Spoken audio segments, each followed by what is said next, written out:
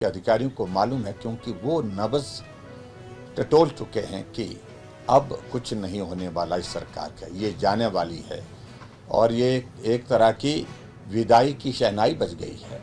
मैंने कहा सीपीएस को बचाने के लिए आपने लगभग 10 करोड़ रुपए हाई कोर्ट से लेकर के सुप्रीम कोर्ट तक जो है वो खर्च कर लिए।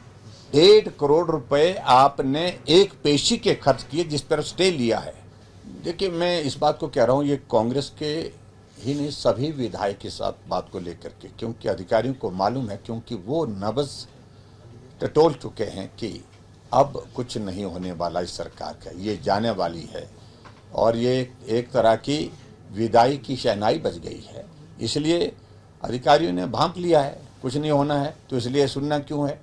और ख़ासतौर से अधिकारियों पर ना नियंत्रण है, ना अधिकारियों के ऊपर इनका जो है वो नियंत्रण के साथ साथ में उनको ठीक दिशा दे पा रहे हैं। तो इसलिए जो एक एडमिनिस्ट्रेटिव फेल्यूर है बिल्कुल पूरी तरह से, जिसको मैं कह सकता हूँ, और इसका कारण हिमाचल प्रदेश जो है वो संकट में हो गया है, ये हमारे लिए बड़ा चिंता का विषय है। सर, आपने मुख्यमंत्री और उप मुख्यमंत्री, देखिए, मैंने जो बात कही, मैंने कहा सीपीएस को बचाने के लिए आपने लगभग 10 करोड़ रुपए हाई कोर्ट से लेकर के सुप्रीम कोर्ट तक जो है वो खर्च कर लिए। और मैंने विधानसभा के रिकॉर्ड में ये कि 1.5 करोड़ रुपए आपने एक पेशी के खर्च किए जिस पर स्टे लिया है।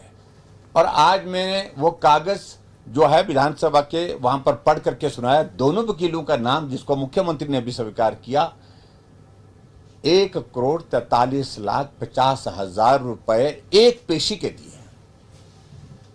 अब मुख्यमंत्री जी कहने लगे, आपने कहा कि भाई 10 करोड़ रुपए, हमने कहा एक पेशी के आपने 1.5 करोड़ के लगभग दिया है और उसके बाद बाकी जो खर्चा हुआ उसका हिसाब था कितने लंबे समय तक पेशियां चलती रही। दिल्ली से इनके जो एडवोकेट चॉपर में आते रहे, चॉपर में छोड़ते रहे उनको।